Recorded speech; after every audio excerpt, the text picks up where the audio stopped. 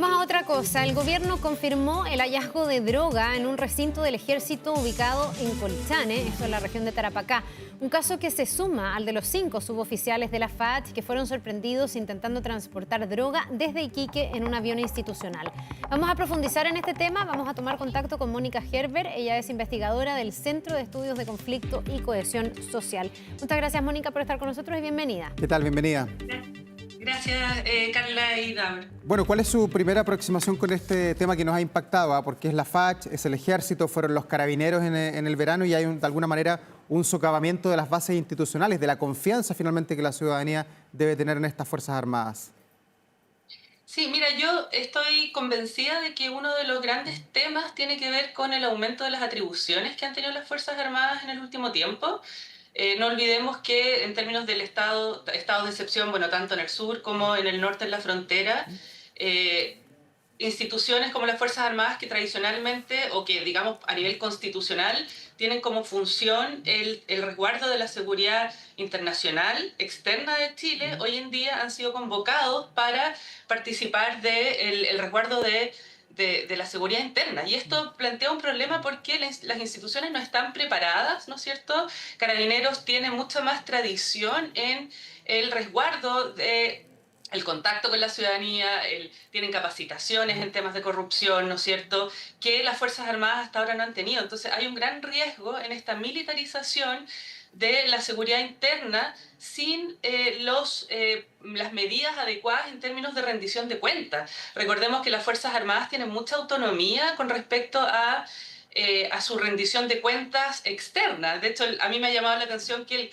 el gobierno ha priorizado esta idea de aumentar la rendición de cuentas y la transparencia interna, pero hay una pregunta acerca de cómo vigilamos a los vigilantes, ¿no es cierto? ¿Cómo nos hacemos cargo de aquellos que tienen estos poderes y esta vinculación con la ciudadanía, con posiblemente las organizaciones de crimen organizado y qué es lo que hacemos con eso? Mónica, pero para entender bien entonces esta idea, lo que hace que sea más complejo, a tu juicio, digamos, que militares estén en labores de seguridad, por ejemplo, en nuestra frontera, ¿es eso, la falta de control externo, o es también la falta de control interno, o es el mero hecho de tener que estar en contacto con la ciudadanía? Porque uno en seco, sin tomar en cuenta ninguno de esos factores, podría decir, mira, un carabinero o un militar que se está apartando de la responsabilidad que tiene, que está corrompiéndose y está trasladando drogas, sabe que está cometiendo un delito, no depende tanto de la institución donde está albergada esa persona. No sé si me expliqué.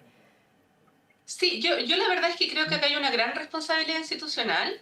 De hecho, interesante, hay un índice de transparencia internacional acerca de la integridad de los organismos de defensa gubernamentales, y Chile ha aparecido como un país de alto riesgo, ¿no es cierto? Ha habido esta observación de que a falta de mecanismos de control externo, el contacto, ¿no es cierto? O sea, tienes una oportunidad muy directa, o sea, pasas de no tener este contacto a tener un contacto cotidiano en el contexto del control del narcotráfico. Entonces se ven muy expuestos, pero yo no culparía, digamos, o sea, obviamente acá hay una responsabilidad individual, pero yo creo que el foco debiera estar en los controles institucionales y gubernamentales. Es decir, no podemos esperar que simplemente los delitos ocurren en todos lados. O sea, si simplemente vamos a confiar en que hay una mayor ética por parte de las personas que integran las Fuerzas Armadas, creo que nos quedamos cortos, ¿no es cierto? Creo que en el fondo tenemos que entender que este es un problema institucional. Yo dudo mucho que esto sea la primera vez que ocurre, ¿no es cierto? Lo que pasa es que han habido ciertos mecanismos que han permitido detectar situaciones graves que nos abren este tipo de preguntas. Mónica, ¿y cómo se relaciona esto con la falta de confianza que hay a nivel institucional? Uno mira cualquier encuesta y la verdad es que los partidos políticos, el Congreso, la Presidencia de la República, los tribunales de justicia, todas las instituciones tienen un bajo porcentaje de apoyo. También las Fuerzas Armadas. ¿Eso es tierra y caldo de cultivo para que aparezcan este tipo de manzanas podridas dentro de las instituciones? Mira, el tema de la confianza es un tema grave, ¿no es cierto? O sea, dentro de las fuerzas de seguridad y el orden, la institución que tiene mayor confianza en general es Carabineros. Las Fuerzas Armadas han estado como un poco en el promedio, solo que disminuyeron como todo durante el estallido social, ¿no es cierto? Ahí hubo un gran problema. Pero también ha habido todas estas instancias que han aparecido anteriormente, no sé, el Milicogate o qué sé yo, de corrupción, que daña muy profundamente la confianza. Y la confianza es un aspecto fundamental para el funcionamiento de la democracia. Nosotros necesitamos confiar en las instituciones porque esa confianza hace que nosotros voluntariamente internalicemos cierta idea de que lo correcto es actuar en pos del bienestar social. Entonces, ahí nosotros en la investigación que estamos haciendo nos hemos preguntado harto sobre el sentimiento como de autoempoderamiento de los actores de seguridad, ¿no es cierto? Hasta qué punto ellos mismos perciben que tienen las atribuciones, que tienen el apoyo, y esto obviamente tiene un efecto en cómo las personas se comportan en términos de sus acciones cotidianas. ¿Qué valor le otorgas, Mónica, que hayan sido finalmente las propias instituciones las que den a conocer esto, con diferencias entre el ejército y la FARC? Porque con la FARC costó más que la opinión pública, pero más que la opinión pública que el Ministerio Público tuviera la información necesaria para entender exactamente lo que había pasado. Algunos han valorado que sean las mismas instituciones las que den a conocer esto y otros han cuestionado también estas diferencias y particularmente el rol de la FARC. O sea, a mí me parece una muy buena señal. Yo creo que en otros momentos no ha sido así, ¿no es cierto? Que hayan dado de baja inmediatamente a las personas involucradas me parece que muestra cierto avance institucional. Creo que es insuficiente. O sea, lo que tú mencionas de la FACH me parece grave. Es decir, y es una discusión pendiente, ¿no es cierto?, acerca de el rol de la justicia militar y el rol de la justicia civil en estas situaciones, ¿no es cierto? La justicia militar ha ido disminuyendo en sus atribuciones, pero claramente desde la FACH está este llamado a generar cierta independencia y autonomía, que es algo que las Fuerzas Armadas han tenido ese privilegio, ¿no es cierto? Históricamente y desde la dictadura han logrado mantener cierta autonomía y dejar en grandes medidas, porque hay muchos casos que hoy en día lo está viendo la justicia civil, pero hay este llamado, ¿no es cierto? Es decir, como me están desde la justicia civil apelando, ¿no es cierto?, a que yo tengo que entregar información y hay cierto rechazo a eso, lo que muestra cierta estar cerrados, digamos, a la posibilidad de ser controlados desde afuera, lo que sí me parece complicado. Mónica, y viendo ya más la sociedad chilena, sobre todo el estrato joven, porque acá hay jóvenes involucrados, son cabos, llevaban muy poquito tiempo en la institución, ¿qué pasa con la formación de nuestro país de los jóvenes, con los compromisos sociales, éticos, con los compromisos con la patria? Ayer conmemorábamos el juramento de la bandera. ¿Por qué es tan feble ese compromiso en las nuevas generaciones?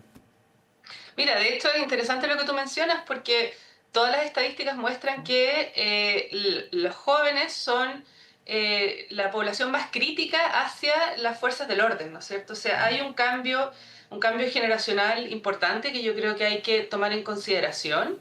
Yo creo que principalmente en este caso tiene mucho que ver con la capacitación. Carabineros, por ejemplo, aunque es muy criticable, pero tiene ciertos cursos de formación en derechos humanos, en prepararse para lidiar con la corrupción, que según tengo entendido en el ejército es mucho menor.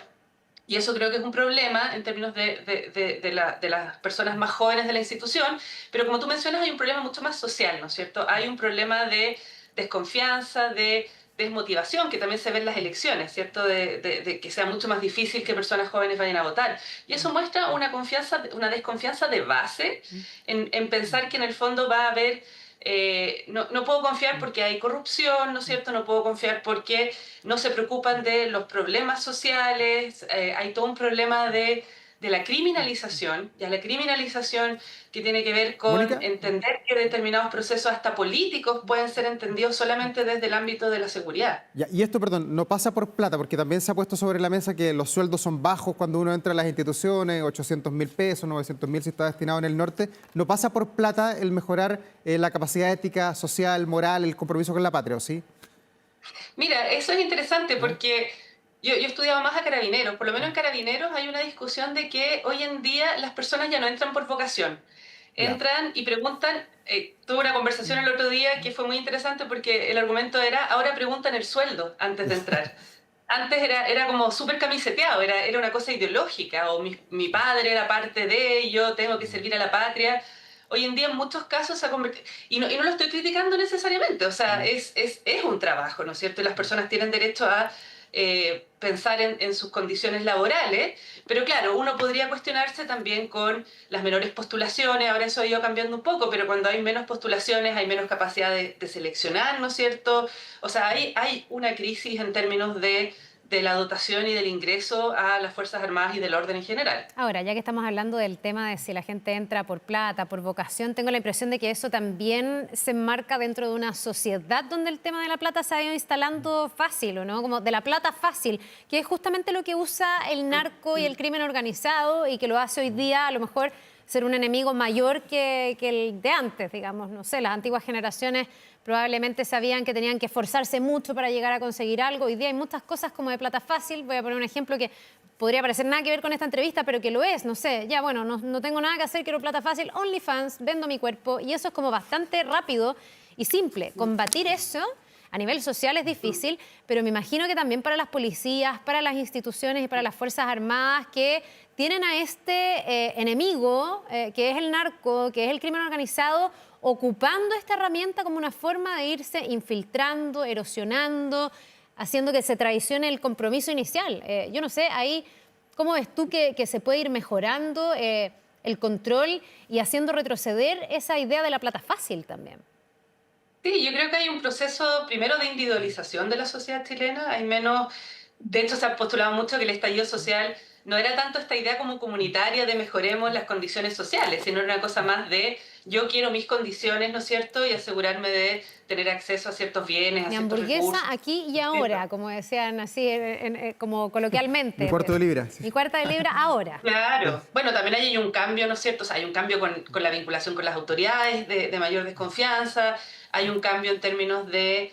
yo creo que también hay un tema de frustración, ¿no es cierto? Porque en el fondo es algo que se escucha mucho en la sociedad, no solamente en las Fuerzas Armadas, que tiene que ver con, bueno, yo trabajo duro, hago lo que se me pide, pero finalmente llegan otras personas que a través de este tipo de mecanismos tienen muchas mejores condiciones. Entonces, esa frustración también inhabilita o de alguna forma le quita el peso que tiene este compromiso institucional, ¿no es cierto? Es más fácil decir, bueno, las condiciones laborales de personas que entran, bueno, depende de la escuela, etcétera, pero no son condiciones particularmente buenas, por no decir que son condiciones muy malas. O sea, es una carrera que tiene beneficios a largo plazo y luego en términos de la jubilación temprana, etcétera.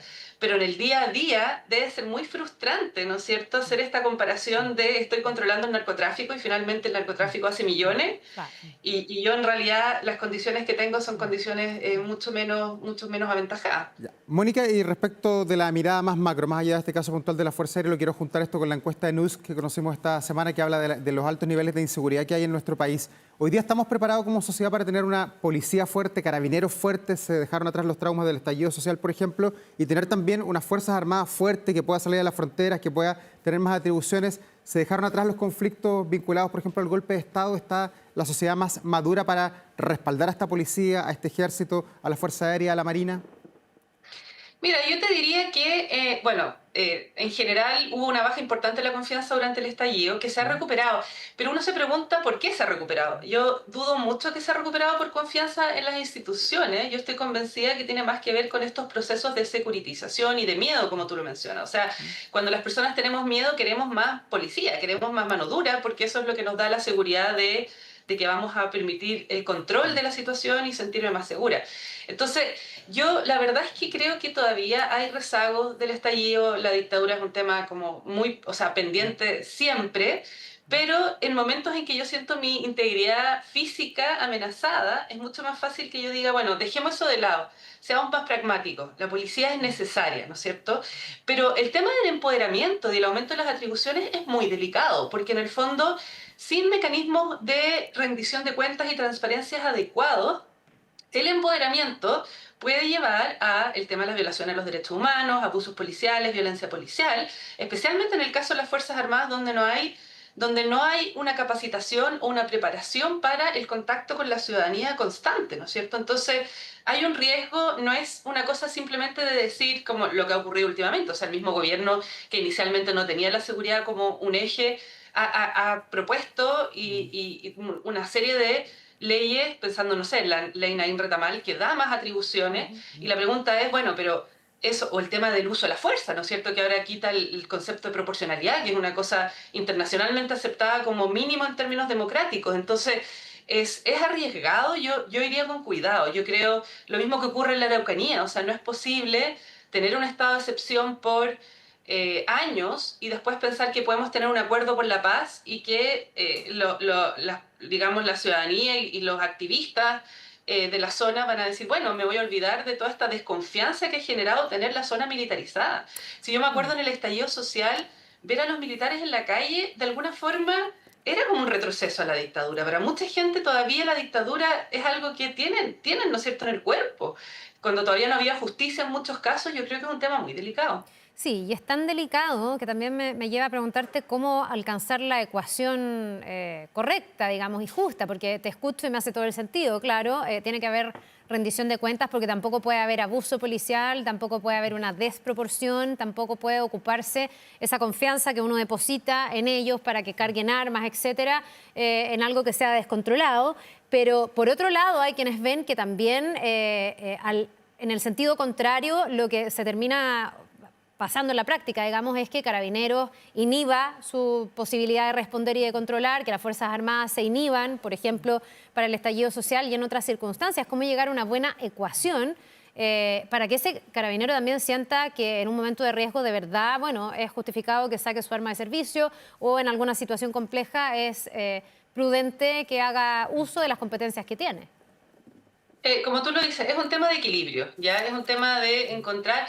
Es difícil, yo he buscado literatura internacional sobre si efectivamente el empoderamiento disminuye la delincuencia y no es tan claro. Existen muy pocos estudios, nosotros ahora estamos comenzando estudios al respecto de si efectivamente es eficiente. Yo creo que lo que hace más que nada es aumentar la seguridad de las personas. O sea, yo veo que ahora Carabineros está más empoderado y por lo tanto yo puedo en el fondo confiar en que va a disminuir la delincuencia, pero yo me pregunto hasta qué punto tiene un efecto real en la disminución de la delincuencia o más bien qué tipo de empoderamiento, porque no es lo mismo, por ejemplo, aumentar la dotación es una forma de empoderar. Cambiar las leyes para proteger legalmente a funcionarios de las Fuerzas Armadas o de Carabineros, son formas de empoderar. Pero también, por ejemplo, hay una pregunta que nadie se ha hecho, nadie se hace cotidianamente, que es el empoderamiento, el autoempoderamiento de los agentes de seguridad.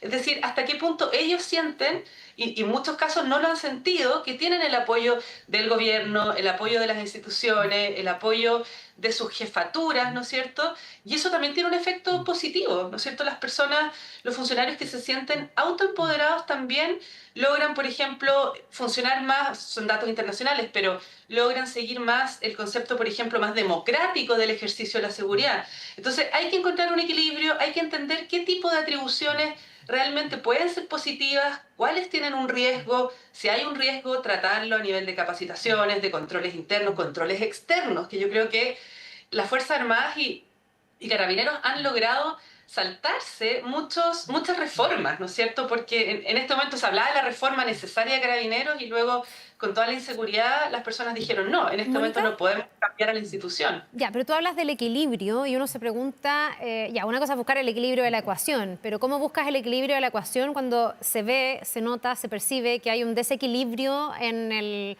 quehacer cotidiano, digamos, cuando vemos que el tema de la seguridad termina efectivamente siendo la gran prioridad, cuando la gente está dispuesta a ceder en su libertad, ahí hay un desequilibrio, te regalo libertad por más seguridad. Cuando vemos que los efectivos policiales no alcanzan, cuando todos quieren tener carabineros y no hay, entonces entra el rol de los guardias municipales que tienen más protagonismo y vemos problemas como los que hemos visto ahora, o tenemos problemas en las fronteras, tampoco alcanzan los carabineros, hay que poner a las Fuerzas Armadas. Da la impresión de que lo que aquí no permite ese equilibrio es que también tenemos un narco, un crimen organizado, que está tan organizado, valga la redundancia, que ha ido contrapesando esta balanza y cada día al Estado, a través de sus policías, le cuesta más hacerle el peso. Entonces, ahí no se complejiza mucho más llegar a esa ecuación y a lo mejor eso hace que terminemos con leyes o con disposiciones que no nos garantizan que todo vaya a salir bien. De todas formas, no estamos en una situación, no me gustaría estar a cargo de resolver estos Súper problemas. difícil. Entonces, sí, o sea, en el fondo, como tú bien dices, las personas hoy en día están dispuestas a transar libertad por seguridad. Y esa seguridad muchas veces también, en ciertos barrios, por ejemplo, la seguridad no solamente se traduce, o no se traduce muchas veces en mayor seguridad, se traduce también en criminalización. Entonces, muchas veces tampoco es tan sencillo. Pero claro, o sea, nadie podría negar en este momento que hay que avanzar en temas de inteligencia, ¿no es cierto? Que es necesario mejorar en el fondo la dotación, mejorar las capacidades. pero yo creo que no hay que dar una carta en blanco, o sea, un cheque en blanco. Yo creo que es fundamental que esto venga de la mano de fiscalizaciones, de un control externo, no solamente interno, porque si no los riesgos son muy grandes. Mónica Gerber, investigadora del Centro de Estudios de Conflicto y Cohesión Social, muchas gracias por esta entrevista, por ayudarnos a comprender qué es lo que está pasando a nivel social, la mirada un poquito más macro sobre estos narcoaviadores y narcomilitares. Gracias, que estén muy bien. Gracias, Gracias, gracias a Mónica. ustedes, Buen que estén día. muy Chao, bien. buen día.